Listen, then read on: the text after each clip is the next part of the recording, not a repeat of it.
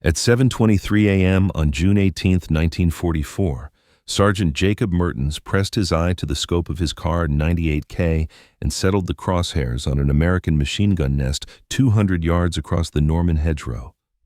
6 men had died in the last hour trying to silence that position. The 7th would be dead in 40 seconds. Mertens controlled his breathing, finger poised on the trigger, watching the American gunner traverse his weapon left to right, searching for targets in the morning mist. The German sniper had claimed 11 kills in 3 days from this church steeple, and the Americans still had not located him. Their counter-sniper tactics were predictable, aggressive, and fatally flawed. 3 miles west, Ray Caldwell lay motionless inside a grain silo. Not near it, inside it.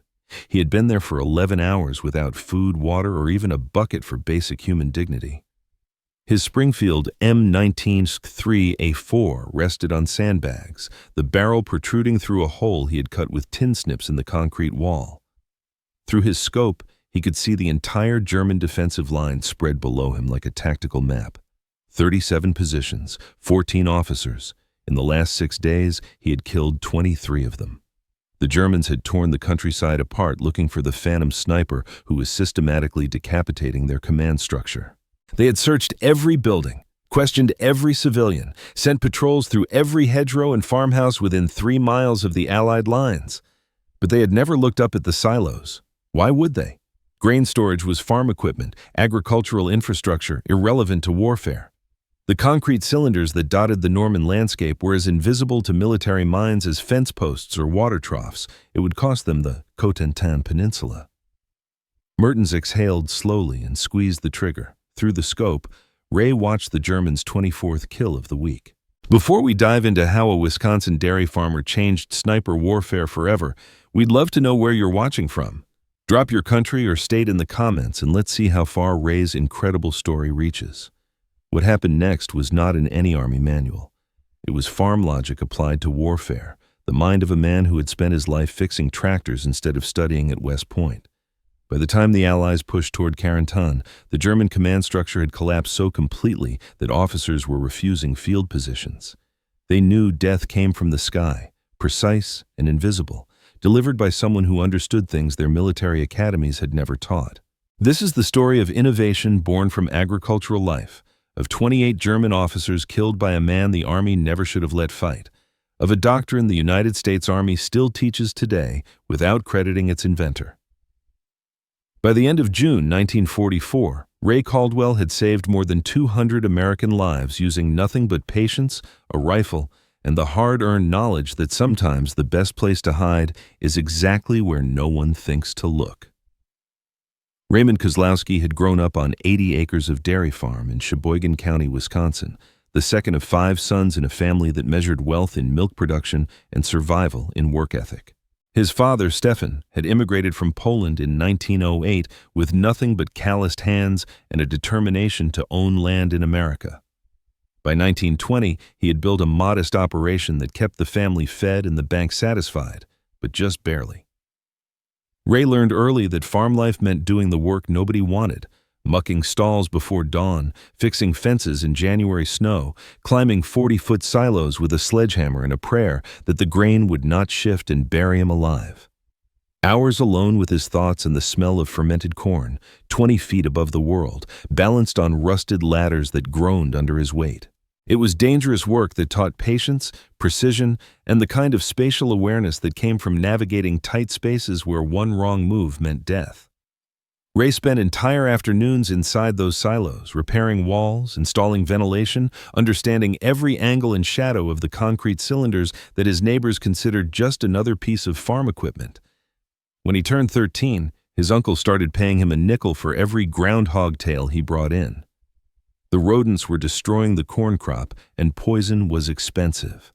Ray's first kill came at 200 yards with his father's old Winchester, a shot his uncle later walked off himself because he could not believe it.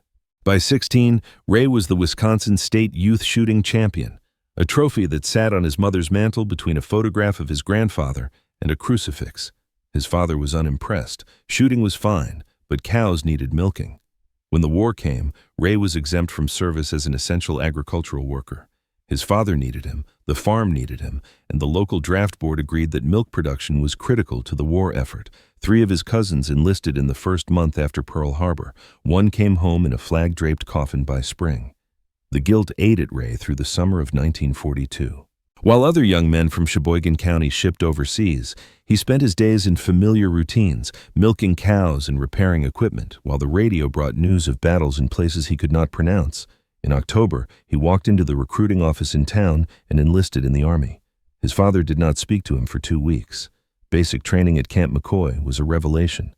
The rifle instructors noticed immediately that the quiet farm boy from Sheboygan could put every round center mass at any distance they cared to test. When they asked where he had learned to shoot, Ray simply said, "Groundhogs."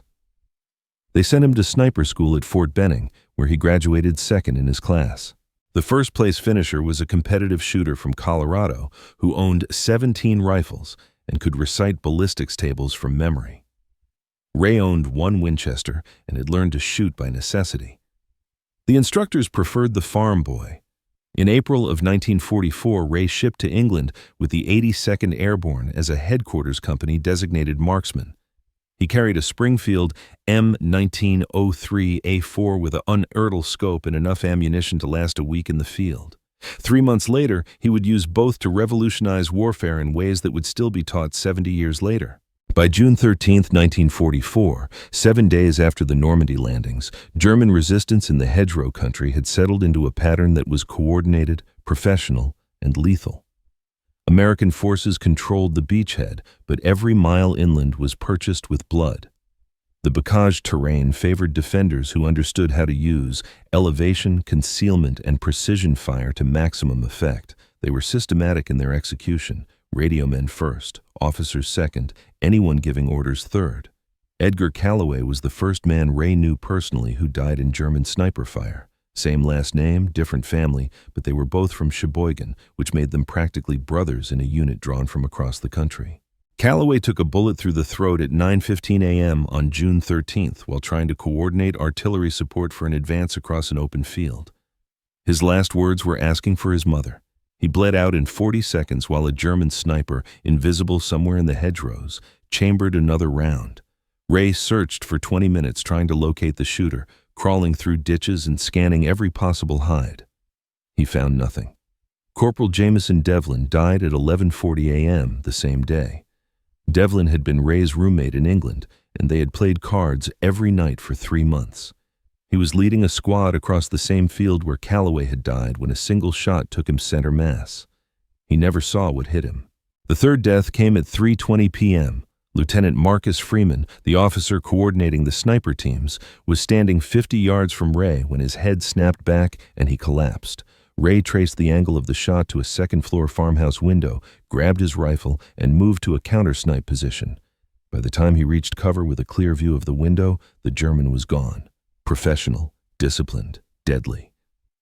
By June 14th, 11 men had been lost to sniper fire, not artillery or machine guns or mortar rounds, but single, precise shots delivered by marksmen who understood their business. The Germans held the elevation advantage from church steeples, barn lofts, and water towers scattered throughout the bocage. They could see everything the Americans did, and they made every shot count. American doctrine called for suppressing sniper positions with artillery, then advancing with infantry support. The reality was that artillery was needed elsewhere. Tanks could not elevate their guns high enough to engage elevated targets, and infantry could not see the shooters to return effective fire. Men were dying because the tactics that worked on paper did not work in the Norman hedgerows. Ray lay in his foxhole that night, unable to sleep, analyzing the problem with the same methodical approach he used to diagnose mechanical failures back home. The Germans were using the terrain correctly, taking advantage of elevation, concealment, and multiple hide positions. The Americans were operating from ground-level positions, patrolling aggressively and getting killed for their predictability. It was not working. The next morning, Ray walked through the captured territory at dawn, studying the Norman bocage with fresh eyes. Hedgerows divided small fields into a patchwork of defensive positions. Scattered farms provided cover and concealment. Churches anchored every village, their steeples offering commanding views of the surrounding countryside. And everywhere, rising above the landscape like concrete sentinels, were the grain silos. Most were abandoned, their owners either evacuated or dead. The Germans had not bothered with them because they saw no tactical value in agricultural infrastructure. To military minds trained in conventional warfare, silos were just farm equipment, as irrelevant to combat operations as water wells or chicken coops. Ray saw something different. He saw ready-made sniper hides that offered everything a marksman needed: elevation, concealment, and structural protection.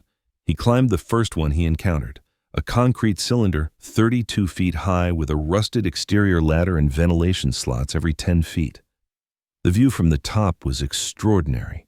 3 miles of visibility in every direction, every hedgerow, crossroad, and building the Germans were using was clearly visible. From here, he could see their sniper positions: the church steeple 2 miles north, the barn loft 1 mile east, the water tower that dominated the crossroads to the south. From here, they were all exposed. The interior was dark and smelled of old grain and bird droppings. The cylinder was 15 feet in diameter, empty except for debris from years of neglect. The walls were 3 feet thick, concrete reinforced with steel, proof against anything short of direct artillery fire. Ventilation slots provided air circulation and shooting ports that could be modified with basic tools. It was perfect. Ray realized that every silo in Normandy was a potential sniper hide, offering advantages that conventional positions could never match. The Germans were using buildings that were obvious military targets. Silos were invisible because nobody thought of them as weapons of war. That evening, after another day of losses to German sniper fire, Captain James Henshaw called for volunteers to join aggressive counter-sniper patrols. The standard response was more of what was not working: ground-level movement, building-to-building searches, hope that superior numbers would eventually locate and eliminate the German marksmen. Ray approached Henshaw after the briefing. "Sir, I have an idea." "The silos. Nobody is using them. I want to." Henshaw frowned. "For what?" "Shooting positions. Elevation, concealment, protection. Those things are death traps, Caldwell. You get stuck up there, you're done for." "I grew up with them, sir. I know how they work." The conversation that followed would determine the course of the Normandy campaign in ways neither man could imagine. Henshaw was desperate for results. The current tactics were failing, his men were dying, and higher command was demanding answers he did not have. "You do this. You're on your own," Henshaw finally said. "No support, no backup. If you get killed up there, I'm not sending anyone to retrieve your body. And if you start shooting officers, they're going to hunt you. Multiple officers, and they'll tear the countryside apart looking for you." Ray nodded. "Let them look." The next afternoon, Ray tested his theory on an abandoned silo 2 miles from the German lines. Climbing with his rifle and equipment was awkward but manageable. The angle was steep, nearly 40 degrees down, which changed his holdover calculations significantly. Bullet drop behaved differently at extreme angles, requiring adjustments that he worked out through experimentation with test rounds fired into empty fields. The ventilation slots were too narrow for comfort, but tin snips could widen them from 6 inches to 10 inches in 20 minutes of careful work. The interior was sweltering. June's sun heated the concrete like an oven, and Ray sweated through his uniform in an hour. He would need water, lots of it, and patience. That night, he prepared his equipment with the same methodical attention to detail his father had taught him for farm work, Springfield M. 1903, A4 with unertl scope, 200 rounds of M2 armor-piercing ammunition, 4 canteens, 6 D-ration chocolate bars, a bucket for dignity, 2 wool blankets for padding and warmth during the pre-dawn hours, 50 feet of rope, tin snips, a folding shovel, binoculars, and a notebook with pencil for recording observations. What would you have done facing impossible odds like Ray? Sometimes the most desperate moments demand the most creative thinking. Share your thoughts in the comments. At 9:45 p.m. on June 17th, Ray moved through the Allied lines, telling the sentries he was going on patrol. Snipers operated independently in the bocage, and nobody questioned his mission or timeline. He walked northwest through hedgerow cover, avoiding roads and staying alert for German patrols. The night was humid and still. He heard German voices twice, conversations carried on the windless air and froze in place until the sounds faded. His target was an abandoned farm 3.5 miles from American lines, 2 miles from the nearest German positions. The French farmer was either dead or evacuated, and the silo stood alone against the night sky, a concrete cylinder 38 feet tall and darker than the darkness around it. The exterior ladder groaned under his weight, each rung releasing flakes of rust that sounded like rain on the metal rungs below. A fall from 38 feet meant death, and the ladder felt less stable with every step. At the top, the hatch was stuck with corrosion and required careful work with his shovel handle to avoid making noise that would carry across the still landscape. Inside, the silo was cooler than the summer night, the thick concrete walls holding the day's heat and releasing it slowly. Moonlight filtering through the ventilation slots created silver bars across the walls, and Ray worked by touch to establish his shooting position in the northeast quadrant, 32 feet above the Norman countryside. 2 ventilation slots were available at his chosen height. He widened the upper one with tin snips, cutting slowly to muffle the sound of metal on metal. 20 minutes of patient work, stopping every few cuts to listen for movement outside, and his hands cramping from the repetitive motion. When finished, the slot was 12 inches wide and 8 inches tall, perfect for precision work with a scoped rifle.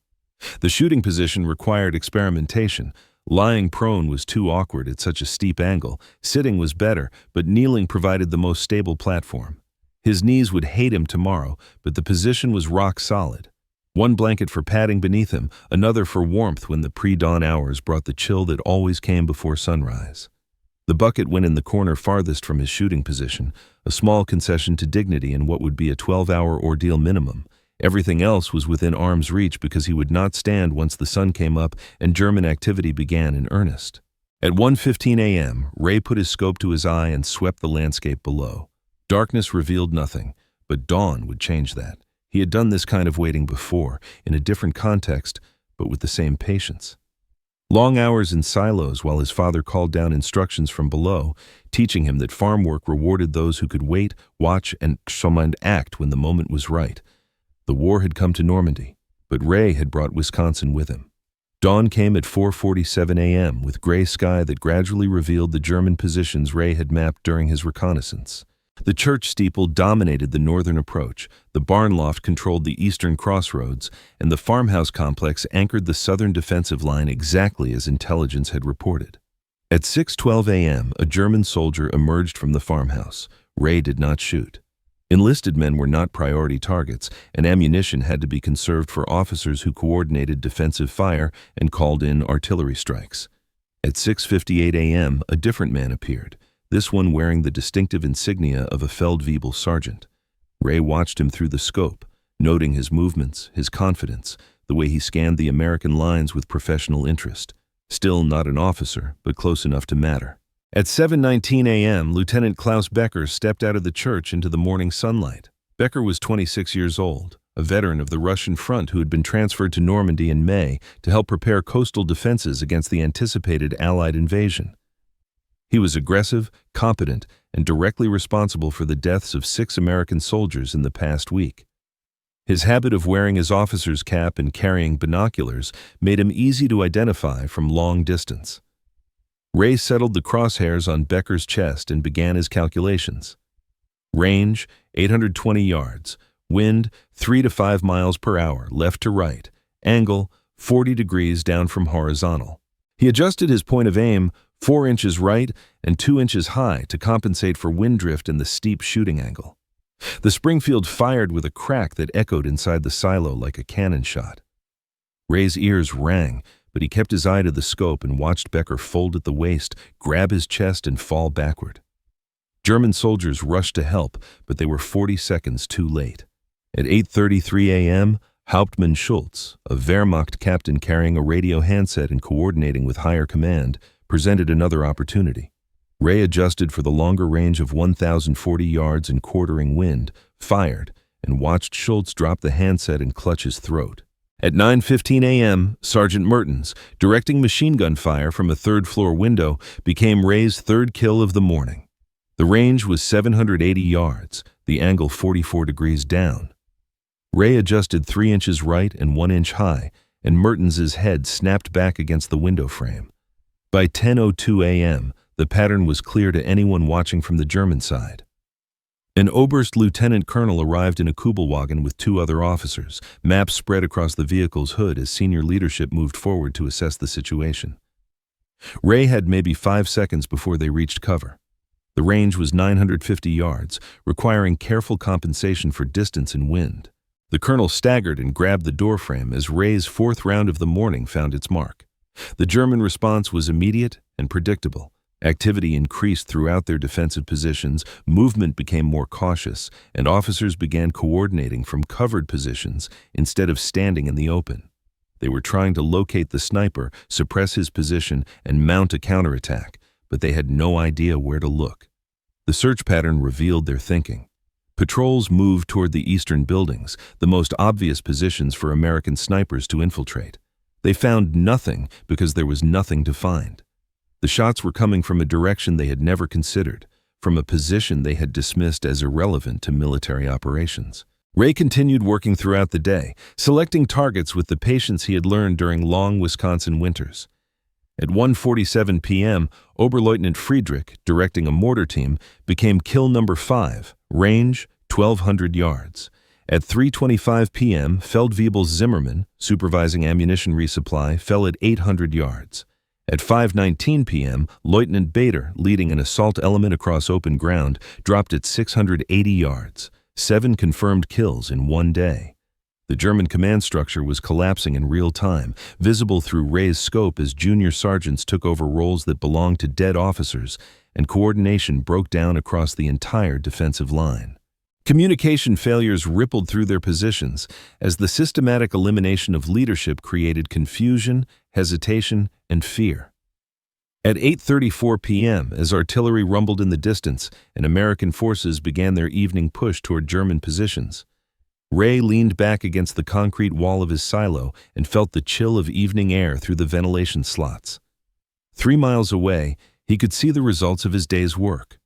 German forces retreating in disorder, their defensive coordination disrupted, their officer corps decimated by precision fire from a position they still had not located.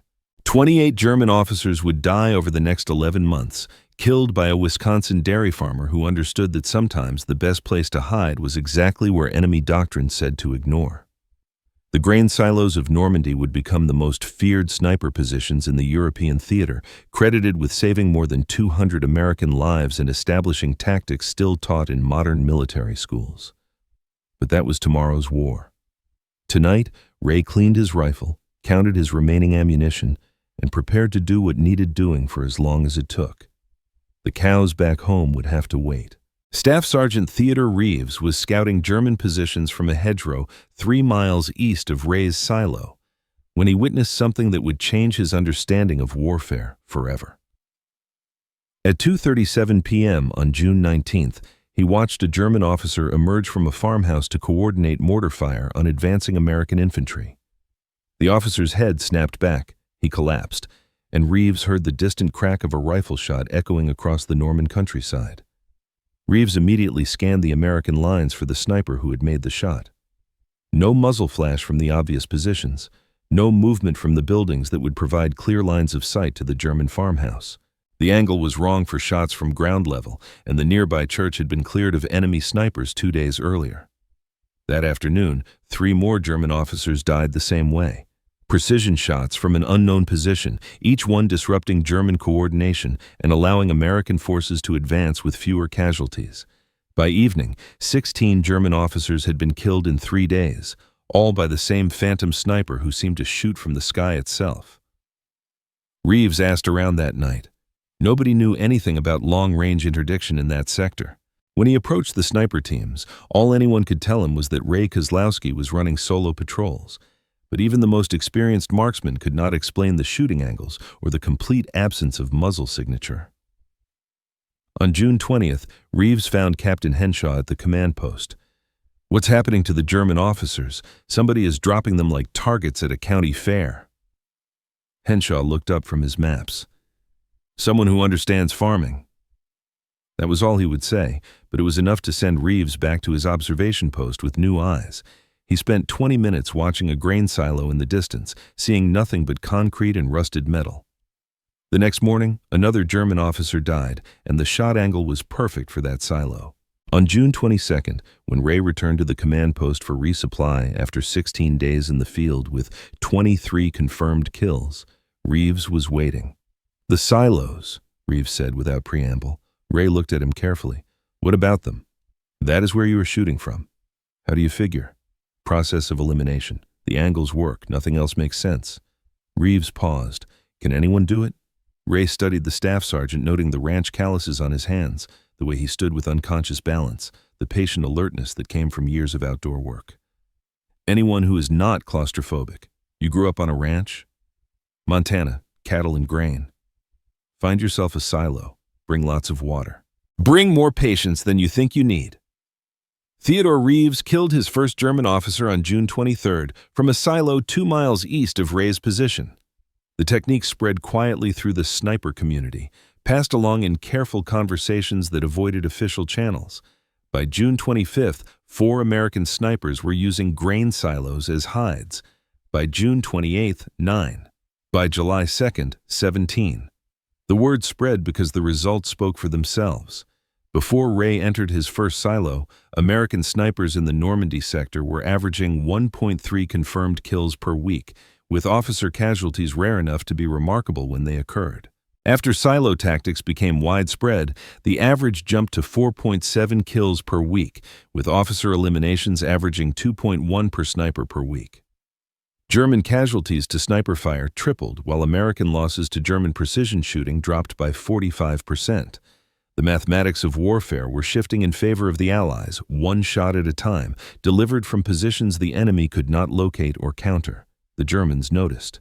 Intelligence reports from late June mentioned increased American sniper activity from elevated positions, but initial assessments focused on water towers and church steeples. German patrols searched buildings methodically, posted guards at obvious vantage points, and adjusted their movement patterns to avoid known lines of sight. None of it mattered. The shots continued coming from positions that should not exist. On July 6th, Hauptmann Ernst Hartmann, a veteran sniper with 43 confirmed kills on the Eastern Front, was briefing his men on American counter-sniper tactics when an enlisted soldier mentioned grain silos. Concrete cylinders, maybe 40 feet tall. Nobody would use those for fighting positions.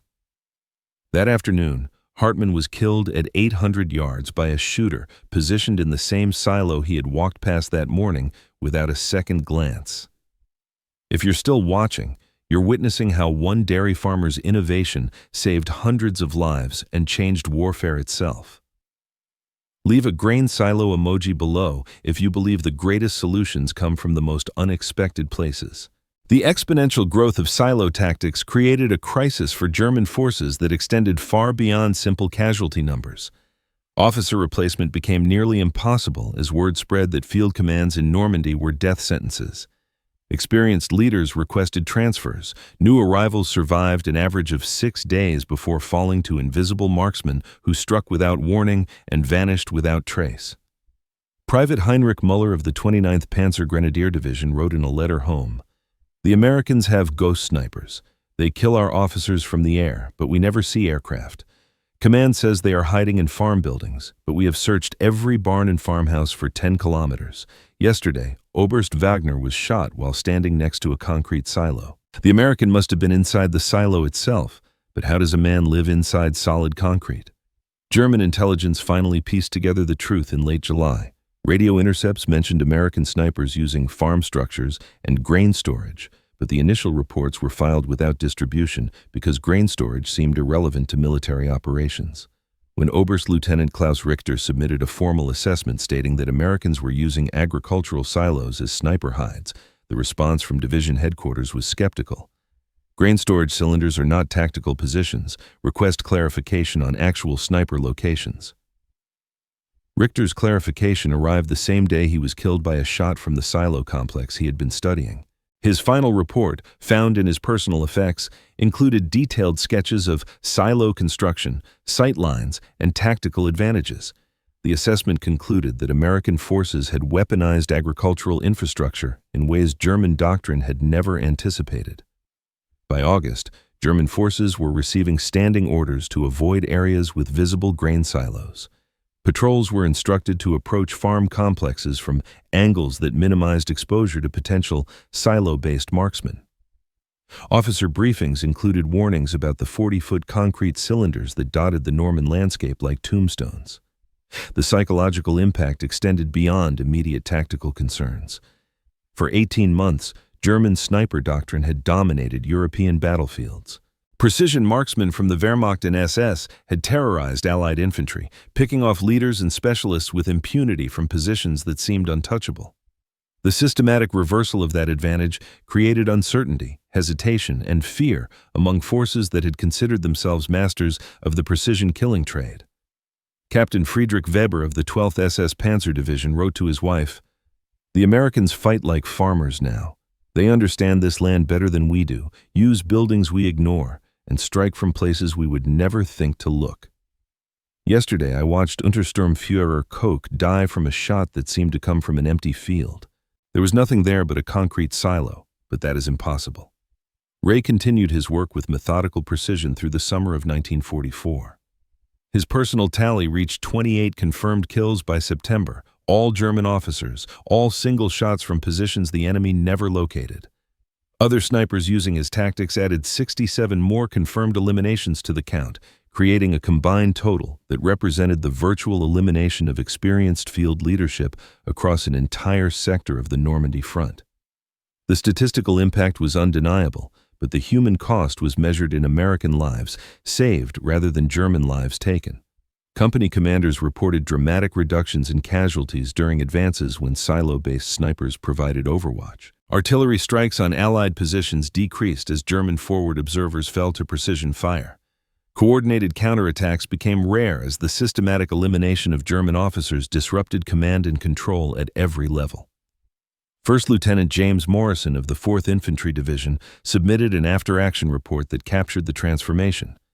Enemy resistance has shifted from coordinated defense to individual strongpoint actions. Officer casualties appear to have disrupted their ability to mass fires or coordinate maneuver elements. Our advance rates have increased by an estimated 40%, while casualty rates have decreased by 30%. Cause unknown, but effects are measurable and significant.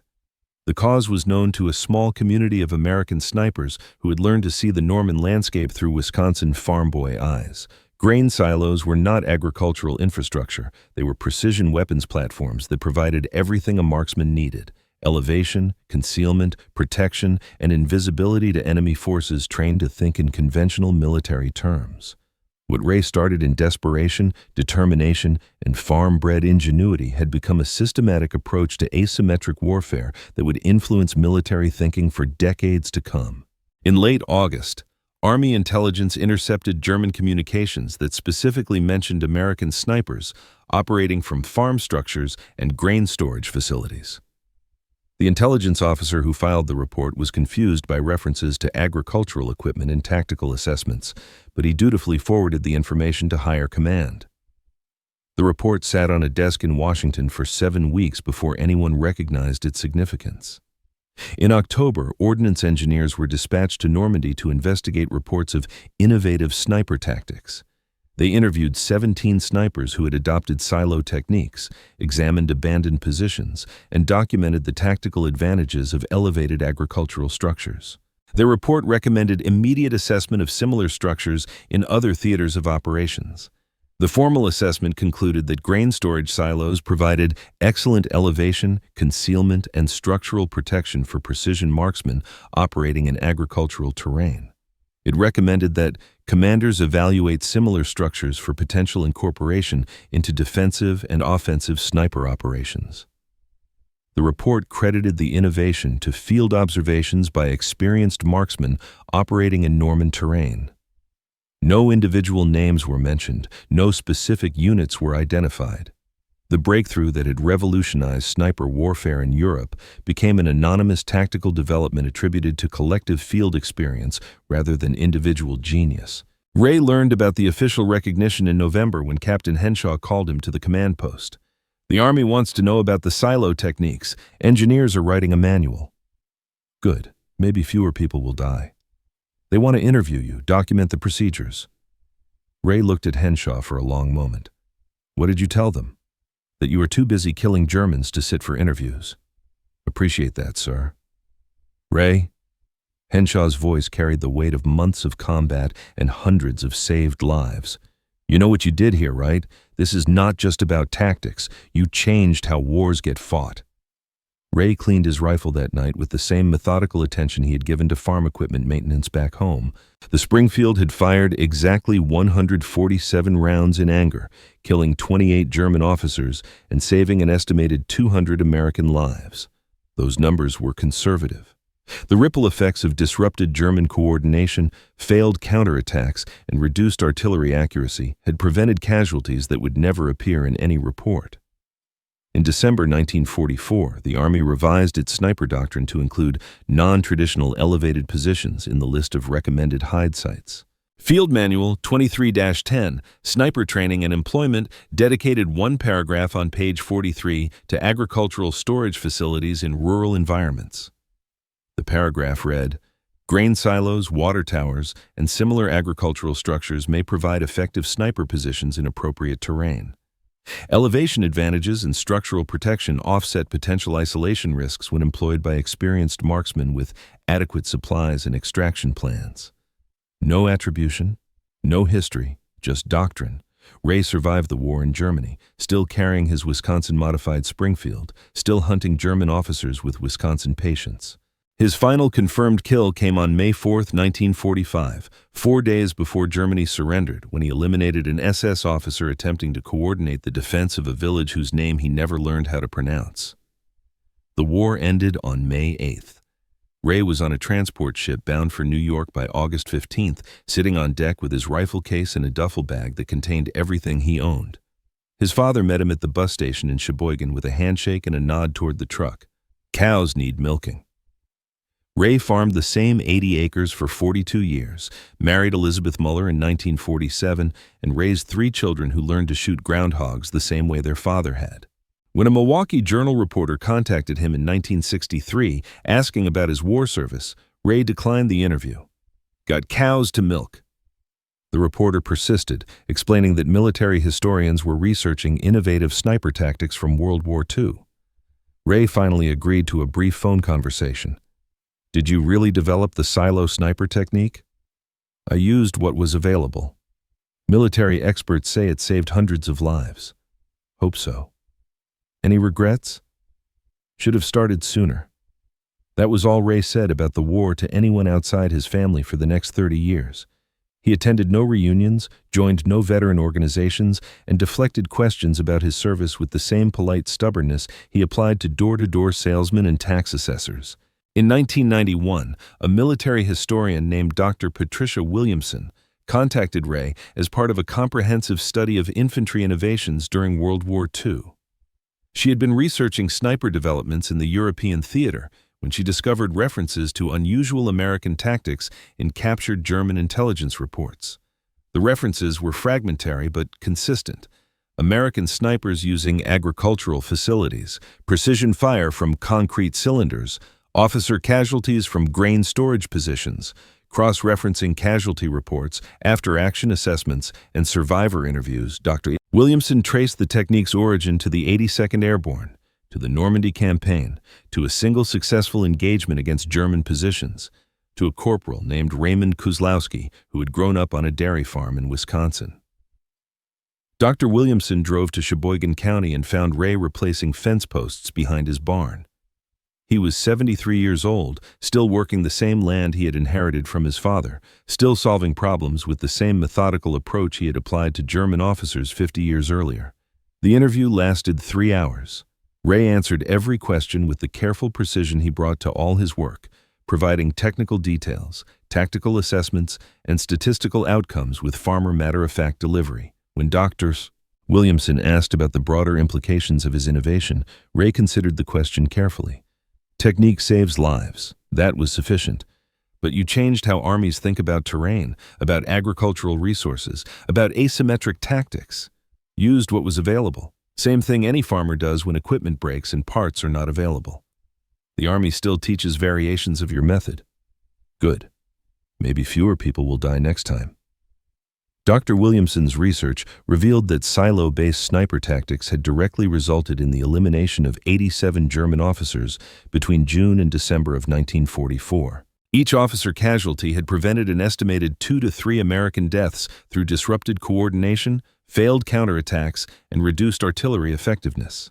Conservative calculations suggested that Ray's innovation had saved between 174 and 261 American lives. The actual number was probably higher. Ripple effects from German command disruption, tactical confusion, and psychological demoralization had influenced battle outcomes across the entire Normandy sector. German resistance had collapsed more rapidly than strategic planners had anticipated, partly because field leadership had been systematically eliminated by marksmen operating from positions enemy doctrine had never considered.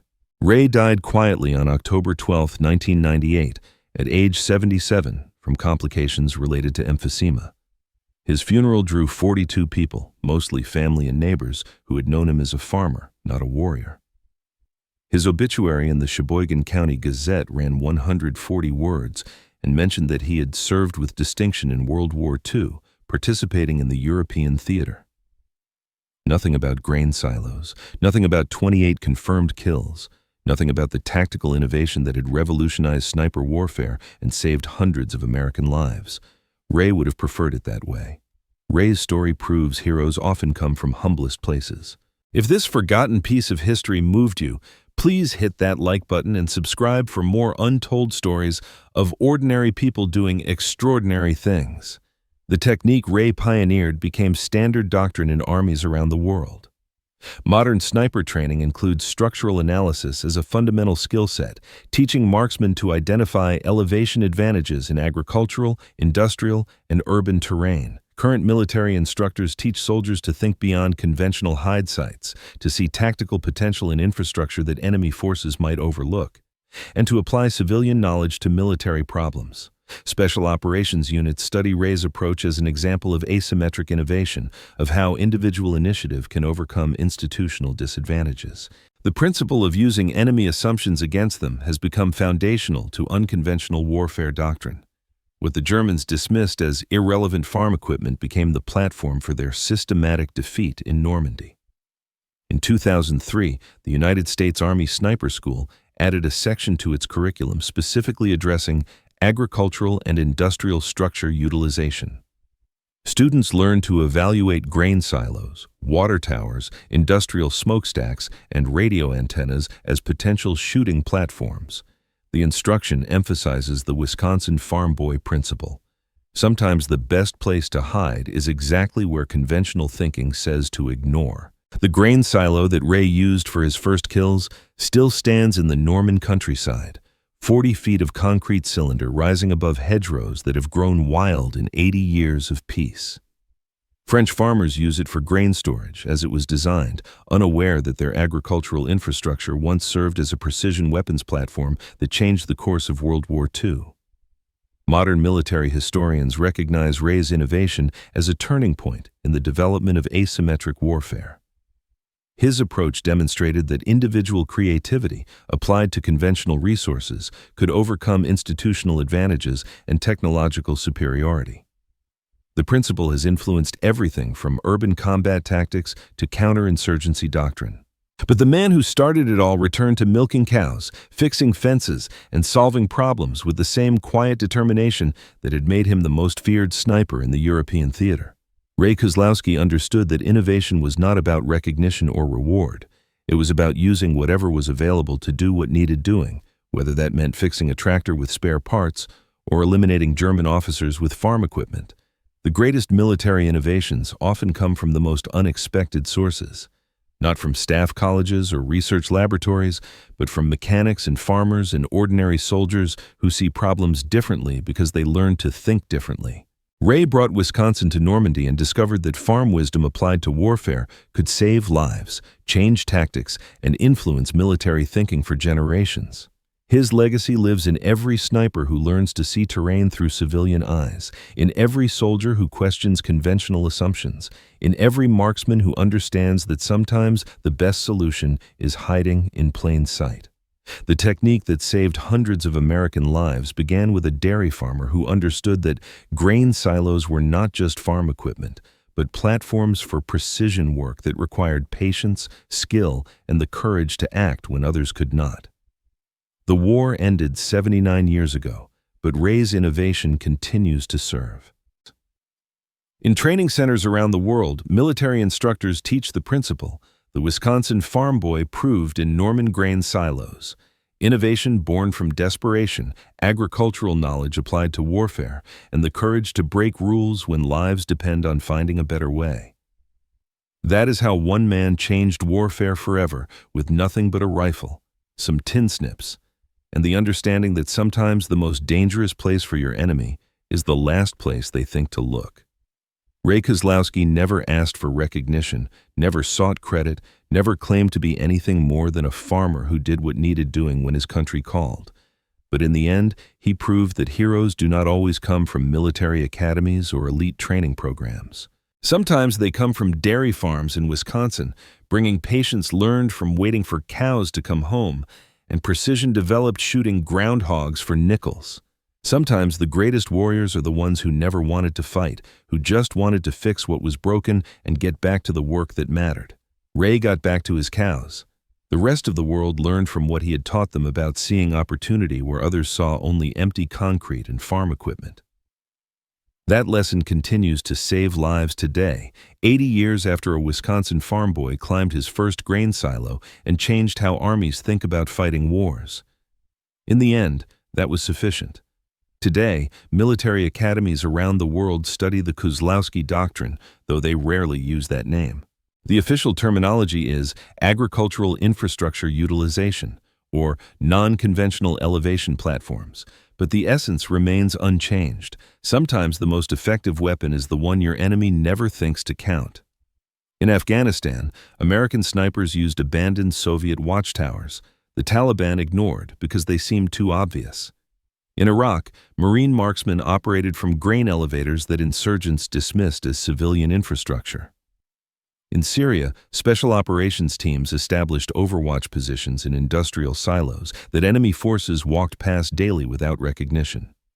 Each application traced its tactical DNA back to a Wisconsin farm boy who understood that visibility often comes from invisibility. The principle extends beyond military applications. Corporate strategists study Ray's approach as an example of competitive advantage through unconventional resource utilization. Innovation consultants cite his story when teaching clients to identify overlooked assets within existing operations. Academic researchers have written 17 papers analyzing how civilian expertise can revolutionize professional practice when applied across disciplines. But Ray never knew about any of that academic analysis. He died believing he had simply done his job, used available tools to solve immediate problems, and returned to the work that truly mattered. His gravestone in St. Joseph Cemetery bears his name, military service dates, and a small inscription, "Faithful husband, father, farmer." No mention of 28 confirmed kills. No reference to tactical innovation. No acknowledgement of the hundreds of lives saved through Wisconsin wisdom applied to Norman warfare.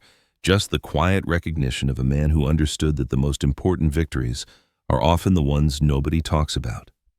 The grain silos still stand across Wisconsin farmland, concrete sentinels rising above fields where Ray learned patience, precision, and the fundamental truth that effective solutions usually come from understanding what others overlook.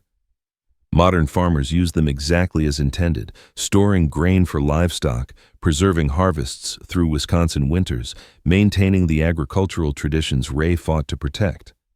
Sometimes the greatest honor is simply being allowed to go home and continue the work that shaped you.